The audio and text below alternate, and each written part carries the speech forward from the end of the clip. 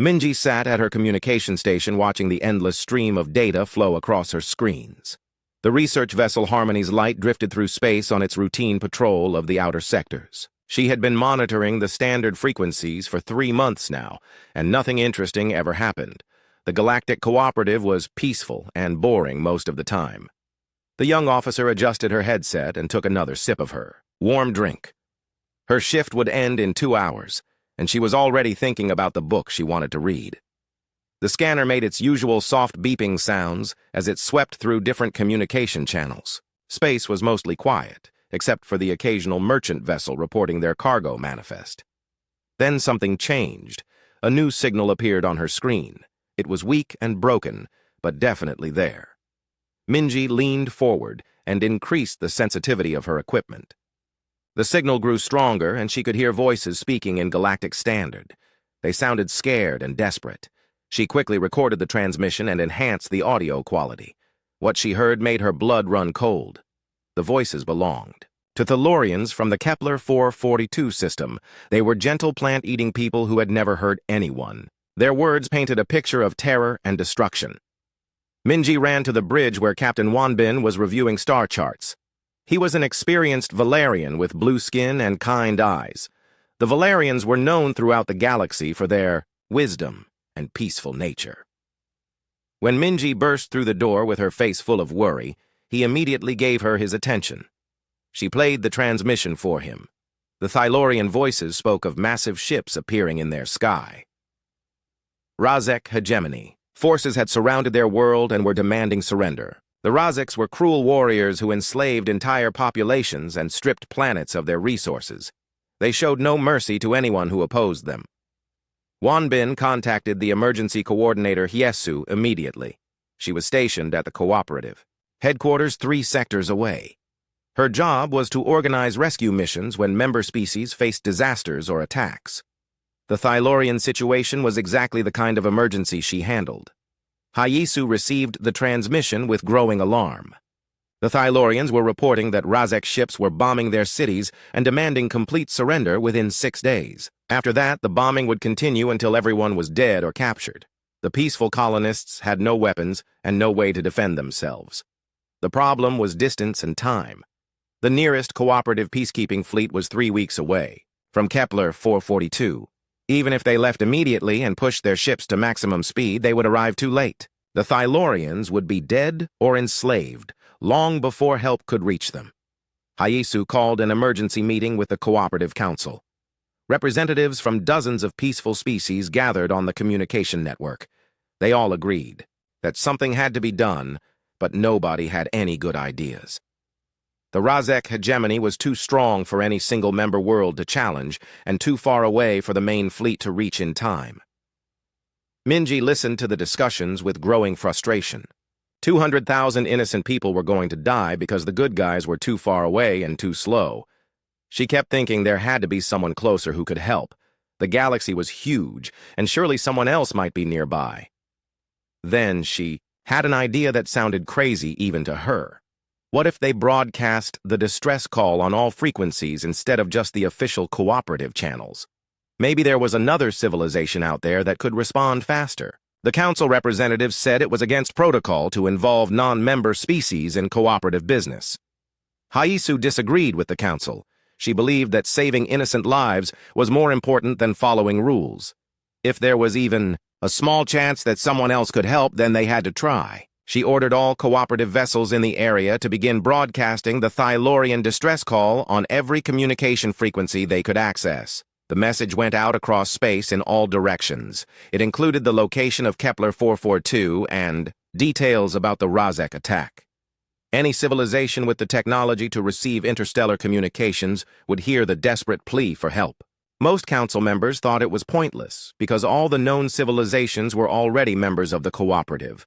What they did not know was that there were others listening. Far away in a star system that the cooperative had marked as a dangerous death world, the signal was being received. Earth's deep space monitoring stations had been watching and listening to galactic communications for decades. Humanity had developed advanced technology in secret, while the rest of the galaxy assumed they were either dead or primitive. The monitoring. stationed near Jupiter, picked up the broadcast and immediately forwarded it to Earth Command. Within minutes, the message was being analyzed by human intelligence officers who had spent years studying galactic politics and military situations. They knew all about the Razek hegemony and their brutal methods. Admiral Taiho read the transmission with growing anger. He had seen reports of Razek attacks before, but this was happening in real time. Innocent people were calling for help, and nobody seemed able to provide it. The peaceful galactic cooperative was too slow and too weak to challenge the hegemonies. Military might. But humans were different. Earth had shaped them into something the galaxy had never seen before. Their home world was hostile and dangerous in ways that most species could not imagine. Deadly weather patterns, toxic atmosphere in some regions, massive predators and natural disasters had forced humanity to become strong and adaptable. While other civilizations developed through cooperation and peace, humans had learned to survive through determination and skill. They built technology that could function in the worst possible conditions. Their ships were designed to withstand radiation storms and asteroid impacts.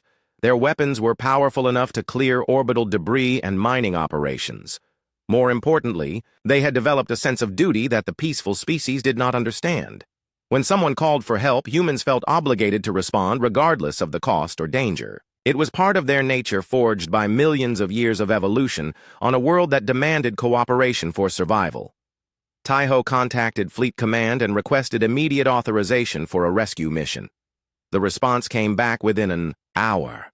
Humanity would deploy their largest fleet in history to save people they had never met. It was not a question of profit or politics. It was simply the right thing to do.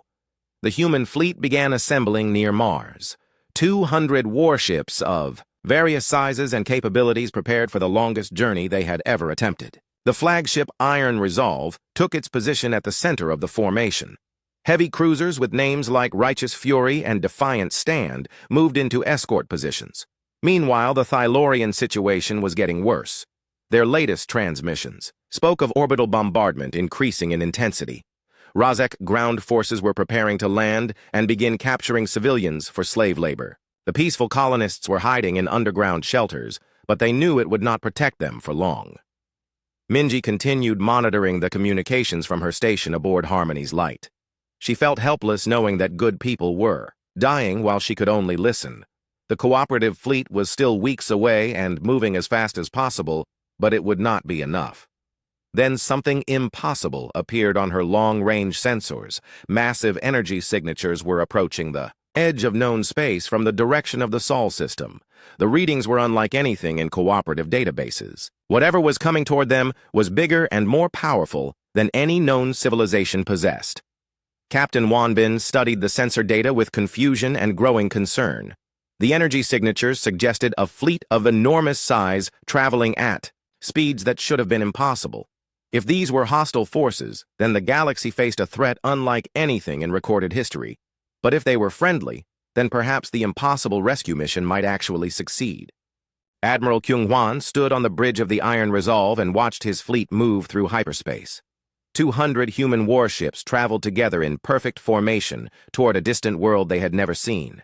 The mission was simple in concept, but complex in execution. Save innocent people from an enemy that had never heard of humanity. The ship around him hummed with quiet efficiency. Every system had been designed to function in the harshest environments that Earth could produce. The hull could withstand radiation that would kill most galactic species instantly. The engines were built to operate in the crushing gravity wells near gas giants. The weapon systems had been tested against asteroids and space debris moving at incredible speeds.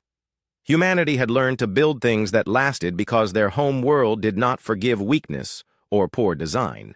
Every piece of technology aboard the Iron Resolve had been proven in conditions that would destroy the peaceful ships of the Galactic Cooperative. The humans were not more advanced than other species, but they were certainly more durable.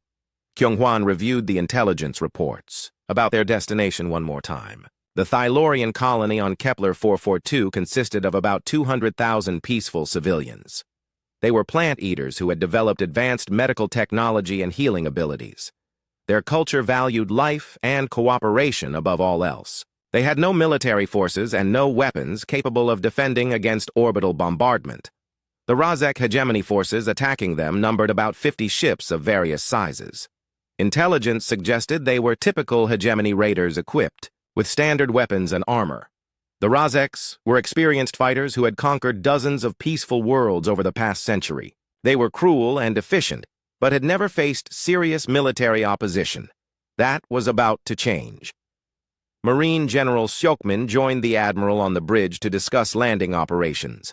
His forces were prepared to deploy to the planet's surface, if necessary to hunt down Razek ground troops and protect civilian evacuation sites.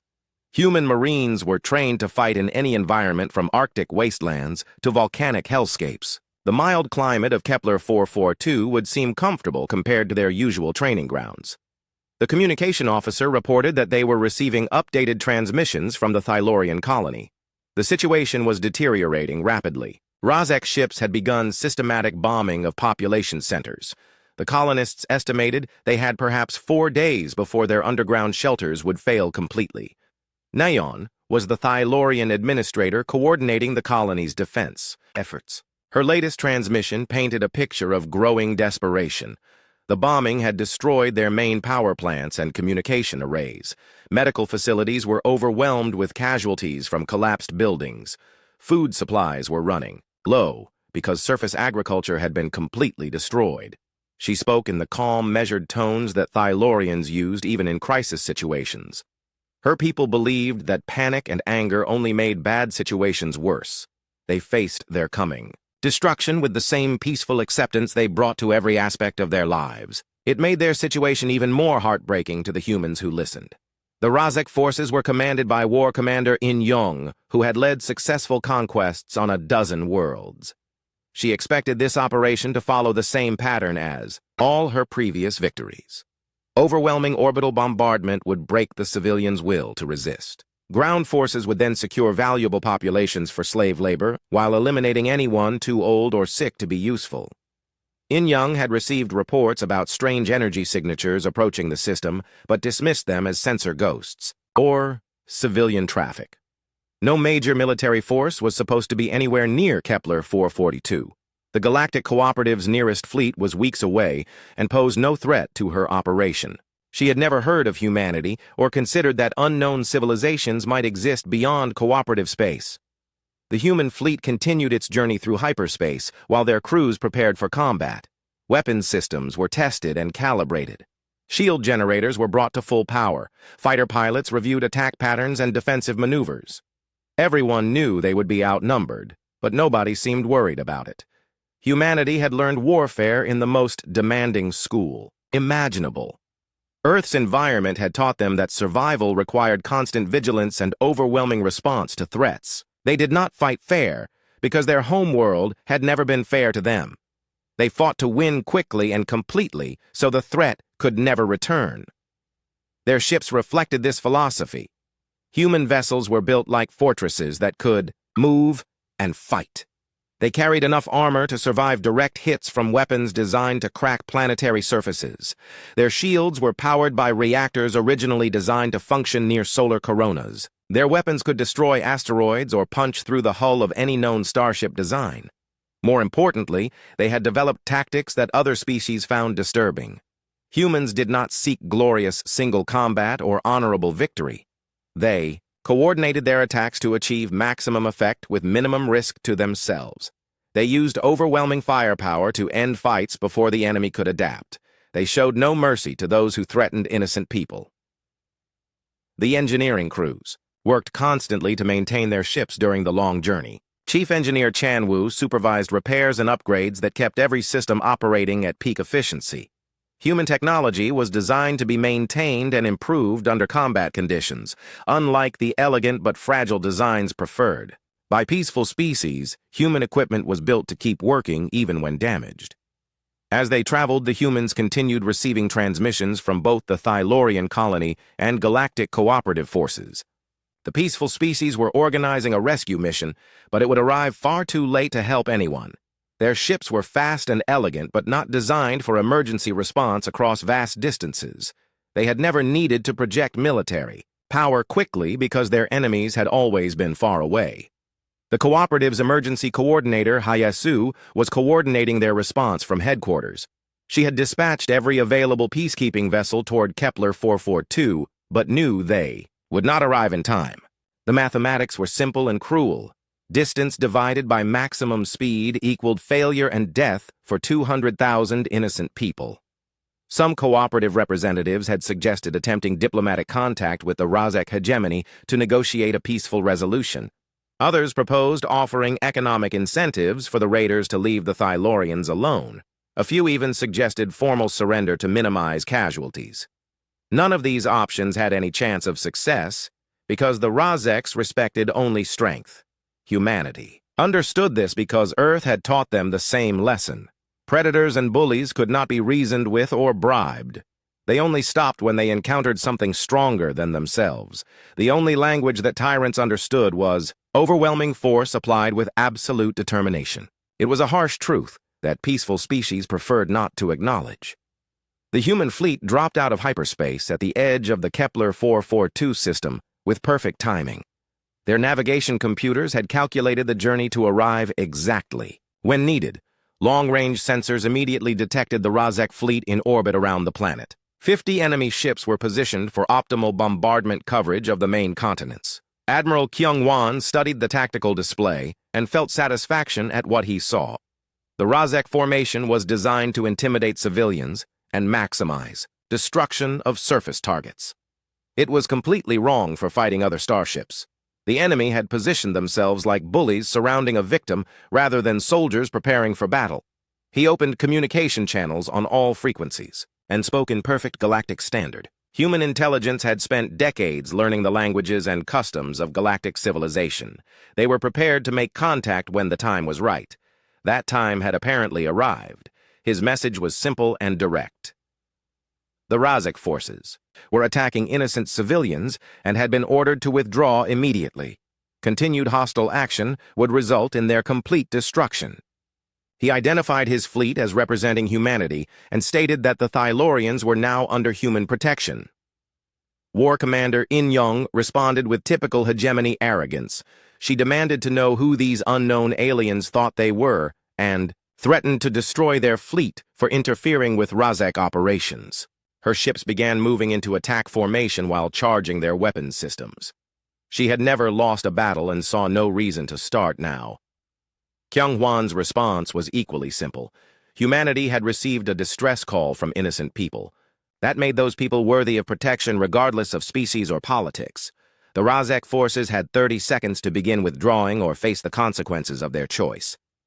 The countdown reached 0 with no sign of Razek retreat. Instead, In-Young ordered her ships to attack the human fleet with everything they had. She expected to overwhelm these unknown aliens through superior numbers and proven tactics. It was the last mistake she would ever make. The first Razek missiles struck the human fleet with enough force to vaporize most known starship designs.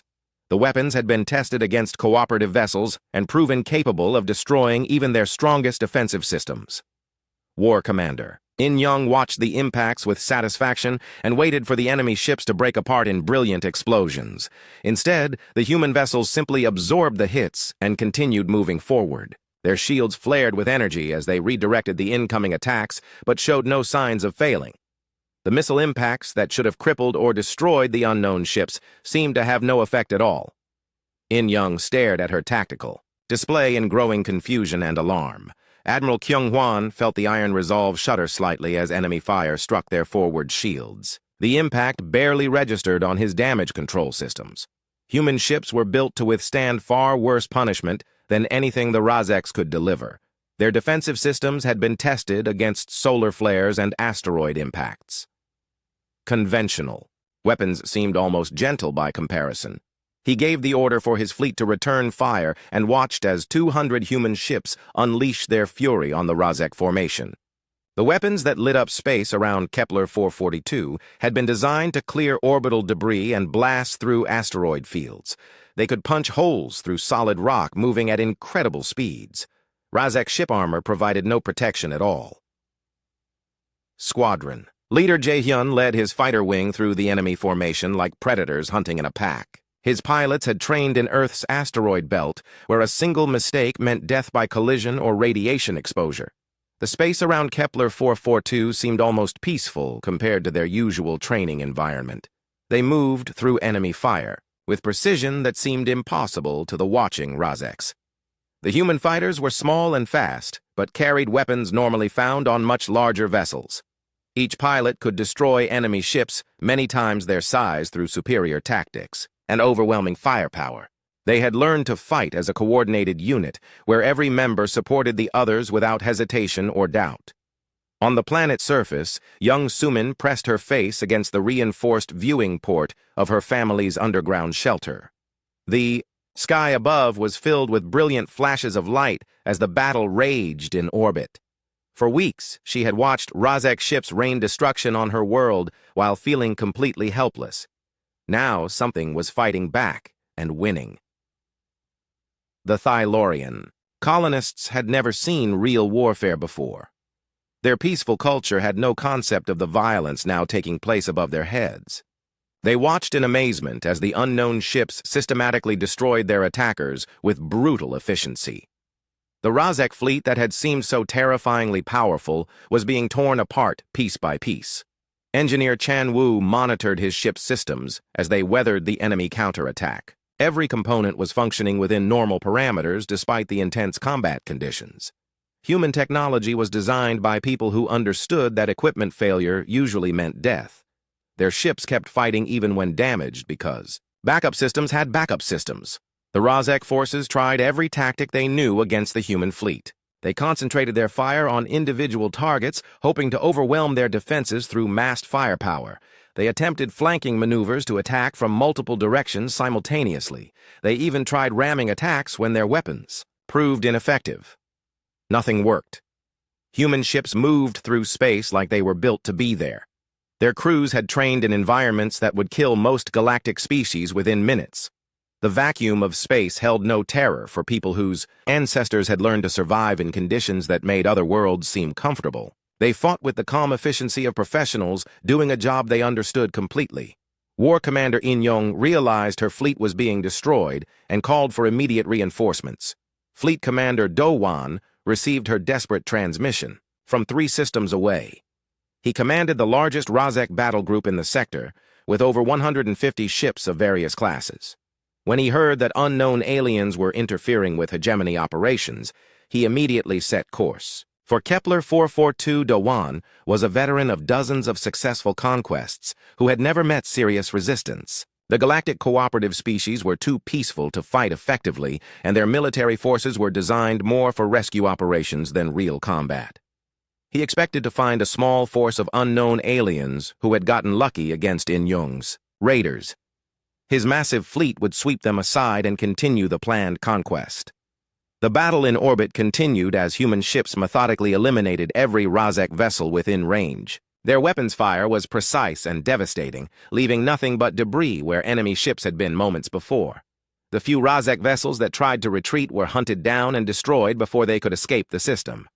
Admiral Kyung Hwan watched the tactical display as the last enemy ship exploded in a ball of superheated plasma. The entire Rozek fleet had been eliminated with minimal damage to his own forces. His ships had performed exactly as designed, and his crews had proven their training in actual combat. Now they could focus on helping the people they had come to save. He opened communication channels to the planet's surface and spoke directly to the Thylaurian colonists.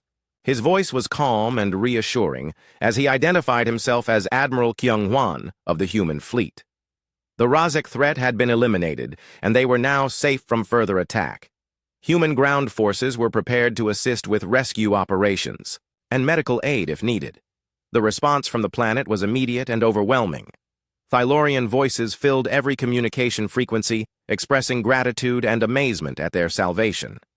Administrator Neon coordinated the colonial response while trying to understand what had just happened. The attackers who had seemed invincible hours before had been completely destroyed by people no one had ever heard of. Human medical teams prepared to deploy to the planet's surface to assist with casualties from the bombardment.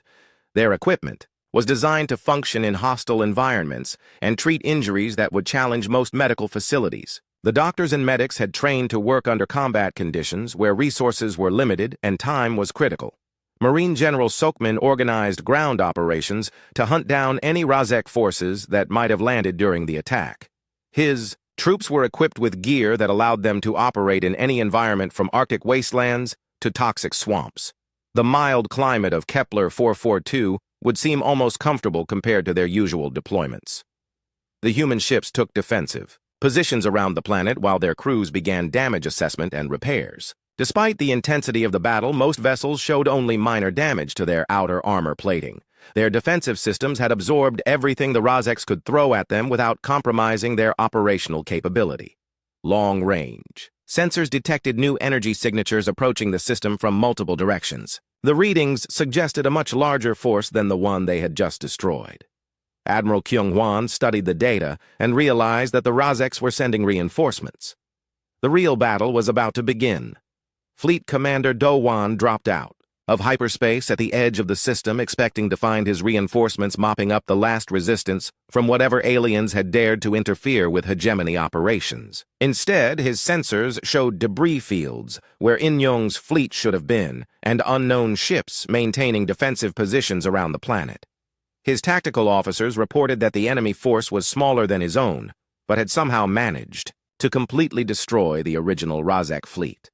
The energy signatures from their ships suggested technology unlike anything in hegemony databases. Do-hwan felt a moment of uncertainty before his arrogance reasserted itself. No unknown species could possibly stand against the full might of a Razek battle group. His fleet contained some of the most powerful warships the hegemony had ever built. They were crewed by experienced warriors who had conquered dozens of worlds. These mysterious aliens might have gotten lucky once, but they would not survive a second encounter. He ordered his ships into attack formation and opened communications with the enemy fleet. His message was simple and direct. The aliens would surrender immediately or be destroyed.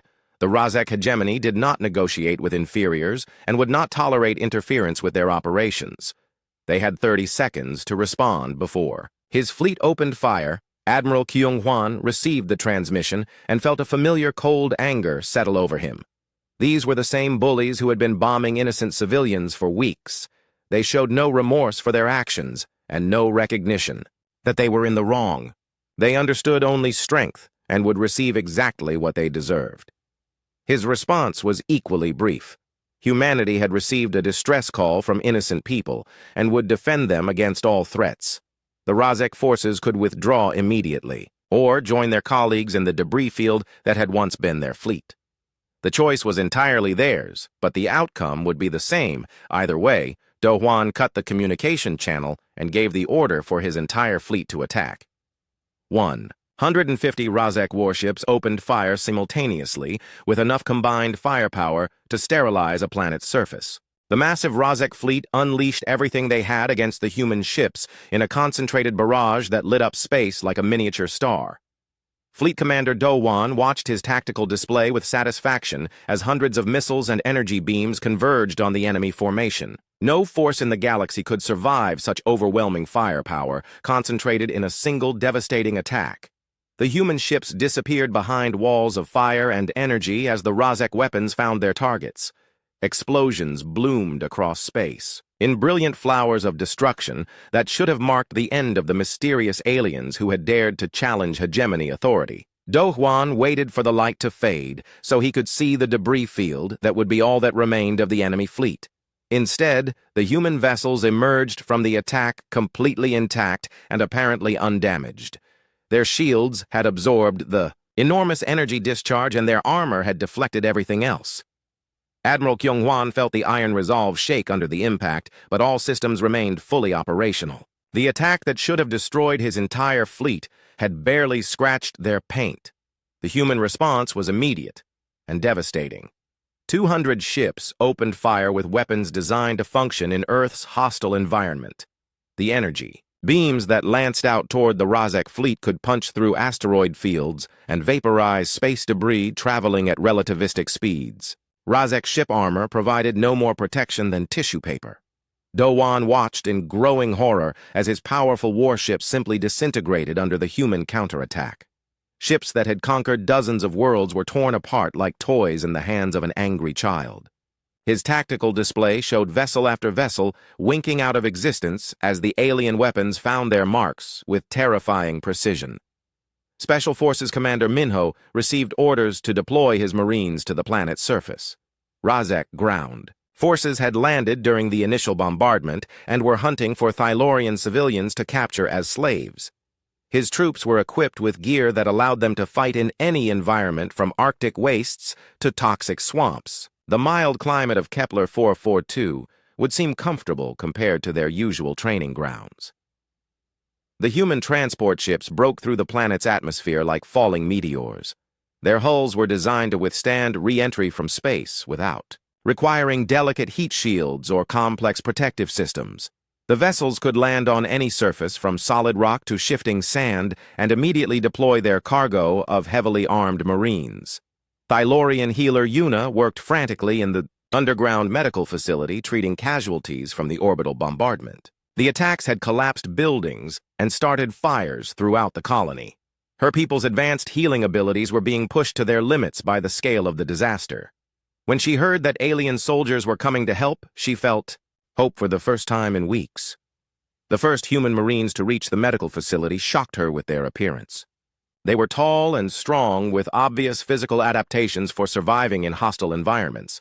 Their equipment was massive and heavily armored compared to anything the peaceful Thylorians had ever seen, but their actions were gentle and professional as they began assisting with rescue operations. Communications Officer Jiwon established contact with the Thylorian Colonial Administration to coordinate evacuation efforts. She spoke their language perfectly after years of study and preparation. For first contact situations, the peaceful colonists were amazed that aliens from an unknown world had learned their tongue well enough to communicate complex tactical information. Human medics worked alongside Thylorian healers to treat the wounded from both species. The humans were shocked by their alien colleagues' ability to accelerate healing through biological manipulation.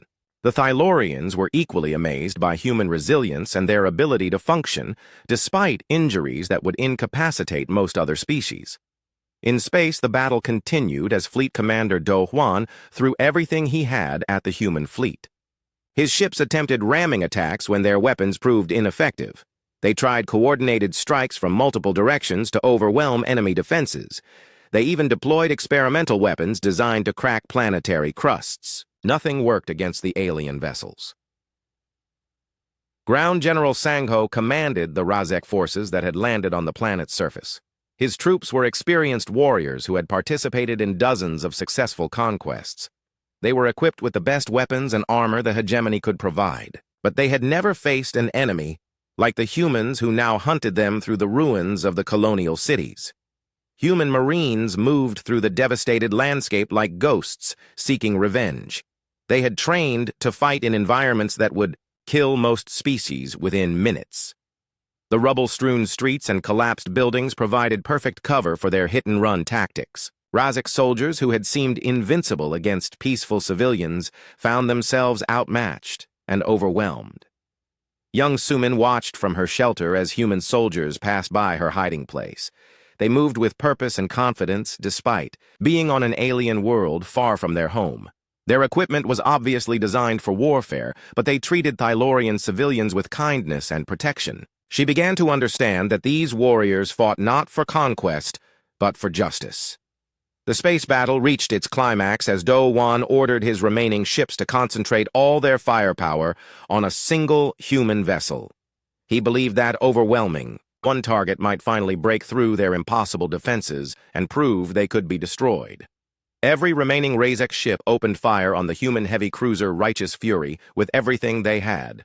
The targeted vessel absorbed the concentrated attack without flinching. Its shields flared with absorbed energy, but held firm against the massive bombardment.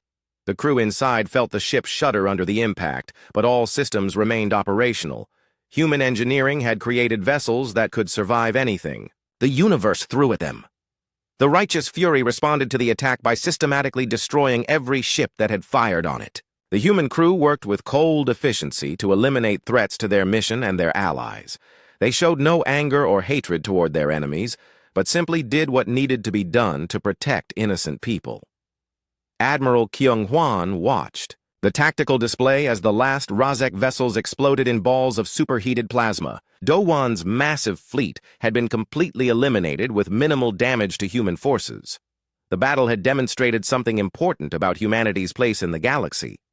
They were not conquerors or aggressors, but they were absolutely deadly when protecting others. Commander Minho reported that all Rozek ground forces had been eliminated or captured. His Marines had swept through the colonial areas and secured every location where civilians might be hiding. The few enemy soldiers who had survived the fighting were being held for eventual trial by whatever galactic authority handled war crimes. Healer Yuna worked with human medical teams to establish field hospitals for treating the most seriously wounded colonists. She was amazed by the aliens' advanced trauma care and their ability to stabilize patients under the worst possible conditions. Their medical technology was obviously designed for treating combat injuries in hostile environments. The communication networks buzzed with reports from Thylorian civilians throughout the colony. They spoke of human soldiers who had risked their lives to rescue trapped families from collapsed buildings, alien medics who had worked for hours to save wounded children, warriors who had shown kindness and compassion even while hunting down their enemies. Long-range sensors detected new contacts approaching the system from the direction of galactic cooperative space. The energy signatures matched standard peacekeeping vessels traveling at maximum speed toward Kepler 442. Admiral Kyung-hwan realized that first contact between humanity and galactic civilization was about to occur under very unusual circumstances. The cooperative fleet would arrive expecting to find a desperate rescue situation requiring weeks of careful negotiation. Instead, they would discover that unknown aliens had already resolved the crisis through overwhelming military force. The peaceful species would have to confront the reality that their gentle approach to conflict resolution was not always sufficient. Fleet Admiral Jehoon commanded the cooperative peacekeeping force racing toward Kepler 442. His ships were designed for rescue operations and diplomatic missions rather than warfare. They carried medical supplies and negotiation specialists rather than weapons and Marines. He expected to spend weeks carefully working out some kind of peaceful resolution to the Rozek attack. His communication officer reported strange readings from their destination system. Long-range sensors detected massive debris fields and energy signatures that did not match any known technology. Something had obviously happened at Kepler 442, but the data made no sense according to current galactic understanding of military capabilities. Administrator Neon coordinated the colonial response to their liberation, while trying to understand what had just happened. Her people had gone from facing certain death or slavery to being completely safe in a matter of hours. The warriors who had saved them claimed to represent something called humanity from a world no one had ever heard of. Fleet Admiral Jehoon dropped out of hyperspace at the edge of the Kepler 442 system, expecting to find a desperate crisis requiring immediate humanitarian intervention. Instead, his sensors showed massive debris fields where the Rozek fleet should have been and unknown vessels maintaining defensive positions around the planet. The energy signatures from the alien ships were unlike anything in cooperative databases. His communication officer reported that the Thylorian colony was broadcasting messages of gratitude and celebration rather than distress calls. The orbital bombardment had stopped and ground combat appeared to have ended with complete victory for the defenders. Somehow the crisis had been resolved without any assistance from the Galactic Cooperative Peacekeeping Forces. Admiral Kyung-hwan received notification of the approaching cooperative fleet and prepared for humanity's first official contact with galactic civilization. He ordered his ships to maintain their protective formations but to power down weapons systems as a gesture of peaceful intent. The time for violence had passed, and now diplomacy would determine humanity's future relationship. With their galactic neighbors, diplomat Yunji prepared for the most important negotiation in human history. She had spent years studying galactic languages and customs in preparation for eventual first contact.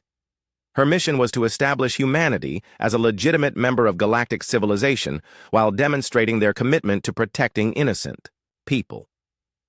The circumstances were unusual, but the opportunity was invaluable. She boarded a small transport vessel and requested permission to meet with the cooperative fleet commander.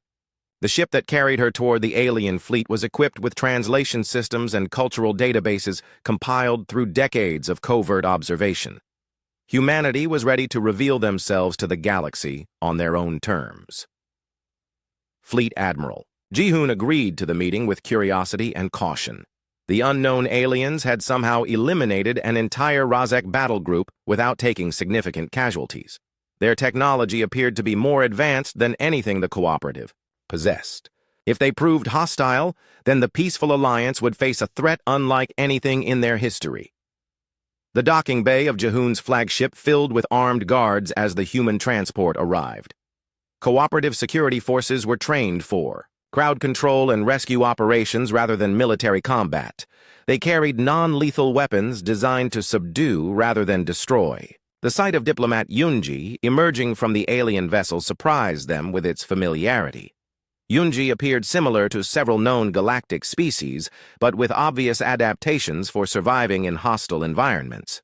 Her bone structure was denser and her musculature more developed than typical for peaceful civilizations. Her equipment was heavily built and designed for durability rather than elegance. Everything about her suggested evolution on a world that demanded strength and resilience. The meeting took place in the flagship's main conference room with representatives from multiple cooperative species participating through holographic communication. Yoonji spoke perfect galactic standard as she introduced herself as a representative of humanity from the Sol system. Her words were calm and professional, despite the unprecedented nature of the situation. She explained that humanity had been observing galactic civilization for many years while developing their own technology and culture. Earth was classified as a death world by cooperative standards, but it was humanity's home and had shaped them into effective protectors of innocent life.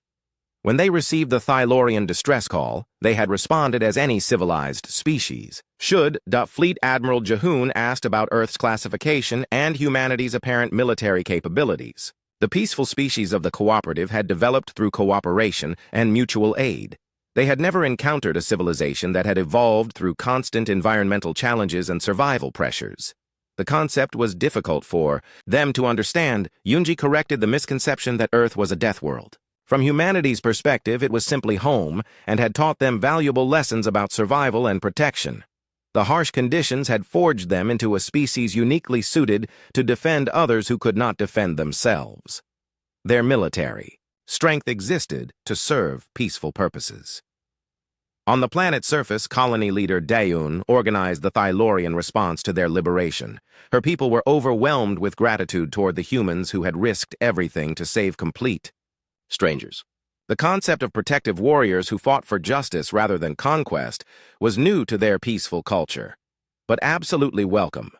She prepared a formal statement expressing the colony's desire to establish permanent alliance with humanity. The Thylorians had learned that peaceful intentions were not always sufficient protection against hostile forces.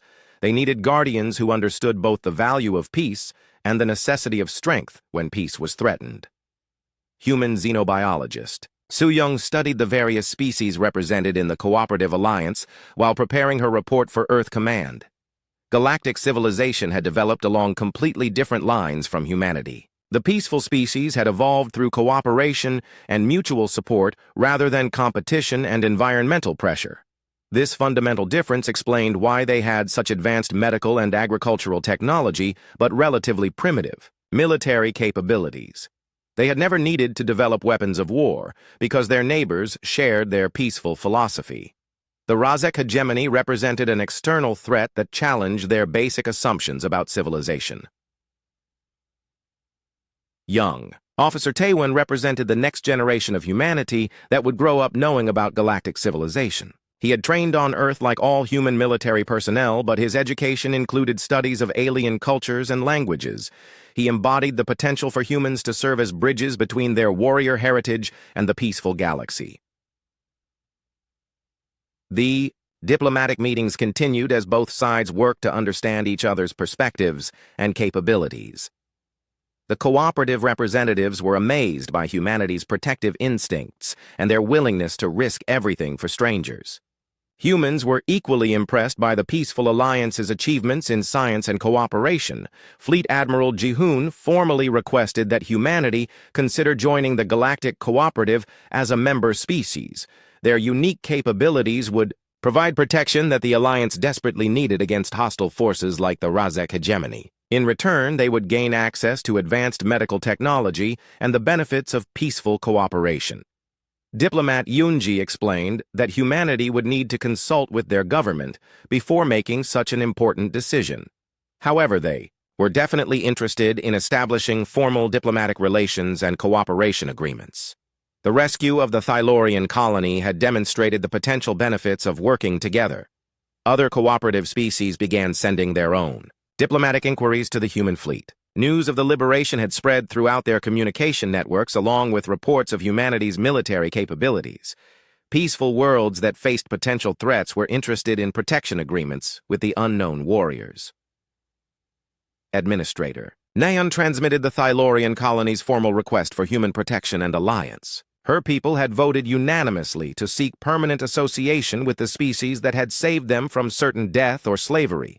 They offered their advanced medical knowledge in exchange for military defense against future threats. Admiral Kyung-hwan received multiple distress calls from other locations throughout the galaxy. Species that had never heard of humanity were specifically requesting help from the Deathworlders who protected innocent people. Word was spreading that effective guardians were now available for those who needed them. The communication networks buzzed with reports of other Razek hegemony fleets retreating from planned attacks when they learned about the destruction at Kepler 442. The news that an unknown military force was actively protecting cooperative worlds had immediate effects on hegemony expansion plans. Bullies preferred easy targets to actual fights. Human ships began escorting Thylorian vessels away from the damaged colony toward temporary shelter worlds. The peaceful aliens marveled at the protection provided by their rescuers. Human crews treated them with kindness and respect while maintaining constant vigilance against potential threats. Engineer Chanwu supervised repairs to the few human vessels that had sustained minor damage during the battles. The maintenance work was routine compared to the conditions his crews had trained for on Earth. Most of the repairs involved replacing outer armor plates that had been scored by enemy weapons fire. Long-range communication arrays brought news from Earth as the home government evaluated the situation and prepared their response. Humanity had revealed itself to galactic civilization under ideal circumstances by saving innocent lives. The foundation had been laid for future cooperation and mutual benefit. Young Suman watched the human ships through her shelter's viewing port as they prepared to escort her people to safety. The warriors who had seemed so terrifying in battle were gentle and protective toward civilians. She began to understand that strength and kindness were not opposites, but could work together to create something better than either alone.